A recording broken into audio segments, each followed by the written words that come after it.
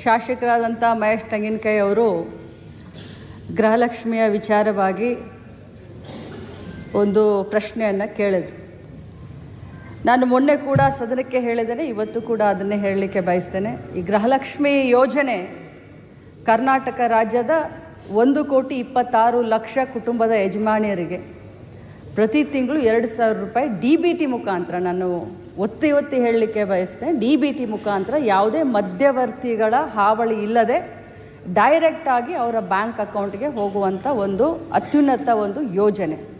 ಈ ಕರ್ನಾಟಕದಲ್ಲಿ ಗೃಹಲಕ್ಷ್ಮಿ ಯೋಜನೆಯನ್ನು ಪ್ರಾರಂಭ ಮಾಡಿದ ಮೇಲೆ ದೇಶದ ಪ್ರತಿಯೊಂದು ರಾಜ್ಯದಲ್ಲಿ ಇದನ್ನು ಒಂದು ಮಾಡೆಲ್ ಆಗಿ ಯೂಸ್ ಮಾಡಿಕೊಂಡು ಇದು ಬಹಳಷ್ಟು ಯಶಸ್ವಿಯಾದಂಥ ಯೋಜನೆ ಅಂತ ನಾನು ಹೇಳಲಿಕ್ಕೆ ಬಯಸ್ತೇನೆ. ನಾನು ಮೊನ್ನೆ ಕೂಡ ಸದನಕ್ಕೆ ಒಂದು ಮಾತನ್ನು ಹೇಳಿದೆ. ಇಲ್ಲಿಯವರೆಗೆ 23 ಕಂತುಗಳನ್ನು ಹಾಕಿದ್ದೇವೆ. 46,000 ರೂಪಾಯಿಗಳು ಒಬ್ಬೊಬ್ಬ ಮನೆಯ ಯಜಮಾನಿಗೆ 1,26,00,000 ಮನೆಯ ಯಜಮಾನಿಗಳ ಕುಟುಂಬದ ಯಜಮಾನಿಗಳಿಗೆ ಸಿಕ್ಕಿದೆ ಅಂತ ಮೊನ್ನೆನೂ ಕೂಡ ನಾನು ಹೇಳಿದ್ದೀನಿ. ಈ ಹೇಳುವಂಥ ಸಂದರ್ಭದಲ್ಲಿ ಪದೇ ಅವರು ಹೇಳ್ತಾ ಇದ್ರು, ನನಗೆ ಫೆಬ್ರವರಿ ಮತ್ತು ಮಾರ್ಚ್ ಇದು ಬಂದಿಲ್ಲ ಅಂತ ಹೇಳ್ತಾ ಇದ್ರು ಸದಸ್ಯರು. ನಾನು ಹೇಳಿದೆ ಆಗಸ್ಟ್ವರೆಗೂ ಕ್ಲಿಯರ್ ಮಾಡಿದ್ದೀನಿ ಅಂತ ನಾನು ಹೇಳಿದೆ. ಮಾನ್ಯ ವಿರೋಧ ಪಕ್ಷದ ನಾಯಕರು ಕೂಡ ಹೇಳಲಿಕ್ಕೆ ಬಯಸ್ತೀನಿ, ತಾವು ಭಾಳಷ್ಟು ಅನುಭವಿಸ್ತಿದ್ದೀರಿ ಸರ್.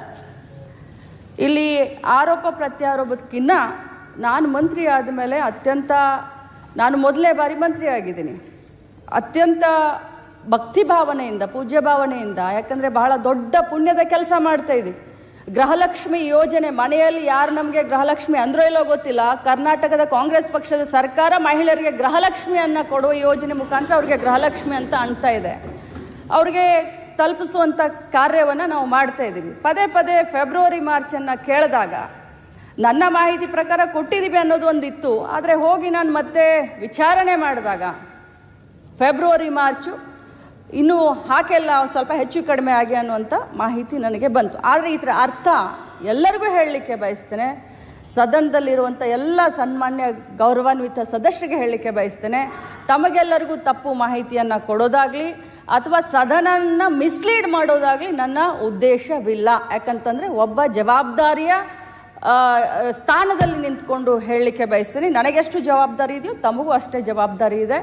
ನಾನು ಖಂಡಿತವಾಗ್ಲೂ ಫೈನಾನ್ಸ್ ಮಿನಿಸ್ಟ್ರು ಸಿದ್ದರಾಮಯ್ಯ ಸಾಹೇಬ್ರಿದ್ದಾರೆ, ಮುಖ್ಯಮಂತ್ರಿಗಳಿದ್ದಾರೆ, ಫೈನಾನ್ಸ್ ಡಿಪಾರ್ಟ್ಮೆಂಟ್ ಹತ್ರ ಮಾತಾಡ್ತೀವಿ. ಯಾಕೆ 2 ತಿಂಗಳದ ವ್ಯತ್ಯಯ ಆಯಿತು, ಆಗಿದ್ರೆ ಅದನ್ನು ಮಾತಾಡಿ ಆದಷ್ಟು ಶೀಘ್ರದಲ್ಲೇ, ಮೊನ್ನೆ ಹೌಸ್ನಲ್ಲಿ ಮುಖ್ಯಮಂತ್ರಿಗಳು ಕೂಡ ಹೇಳಿದ್ದಾರೆ, ಅದನ್ನು ಆಗಲಿಲ್ಲ ಅಂತಂದರೆ ಶೀಘ್ರದಲ್ಲಿ ಮಾಡ್ತೀವಿ. ಬಟ್ ಇದರ ಅರ್ಥ ಆ ದುಡ್ಡನ್ನ ಬೇರೆ ಕಡೆ ಡೈವರ್ಟ್ ಆಯಿತು, ಅದಾಯಿತು ಇದಾಯಿತು ಅಂತಲ್ಲ.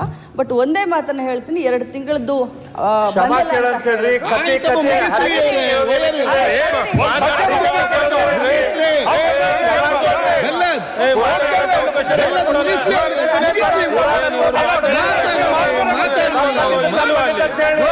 ವಿರೋಧ ಮಾಡಿದವರು ನೀವು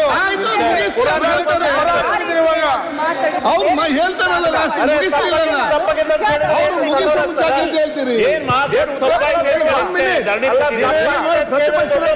ಮಾತಾಡ್ತಾರೆ.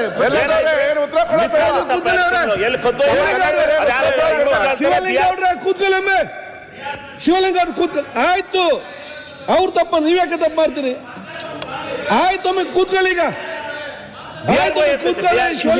ಕೂಡ್ರಿ ನೀವು ಜರ, ಆಯ್ತು, ಅವ್ರು ಉತ್ತರ ಕೊಡ್ಲಿಕ್ಕೆ ಕಂಪ್ಲೀಟ್ ಮಾಡ್ಲಿ.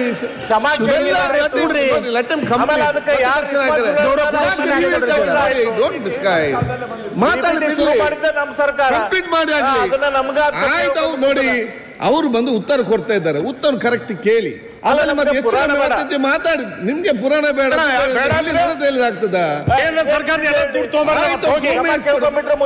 ಆಯ್ತು, ಈಗ ಒಂದ್ ಸೆಕೆಂಡ್ ಮಾತಾಡ್ಲಿ. ಆಯ್ತು, ಕೂತ್ಕೊಳ್ಳಿ ಮೈ. Completed my this one. ನಾನು ಇಂಟೆನ್ಷನಲಿ ನಮಗೆ ಈ ಒಂದು ಸದನವನ್ನು ಮಿಸ್ಲೀಡ್ ಮಾಡುವಂಥ ಇಂಟೆನ್ಷನ್ ಇರಲಿಲ್ಲ. ಆದರೆ ನಾನು ಹೋಗಿ ಚೆಕ್ ಮಾಡಿದಾಗ 2 ತಿಂಗಳದ ಹೆಚ್ಚು ಕಡಿಮೆ ಆಗಿದೆ ಅನ್ನೋದು ಗೊತ್ತಾಯಿತು. ಅದನ್ನು ಮುಂದಿನ ದಿನದಲ್ಲಿ ನಾನು ಸರಿ ಮಾಡ್ತೀನಿ. ನನ್ನ ಮಾತಿನಿಂದ ಯಾರ್ದಾದ್ರೂ ಭಾವನೆಗೆ ಇದಾಗಿದ್ರೆ ನಾನು ವಿಷಾದವನ್ನು ವ್ಯಕ್ತಪಡಿಸ್ತೀನಿ.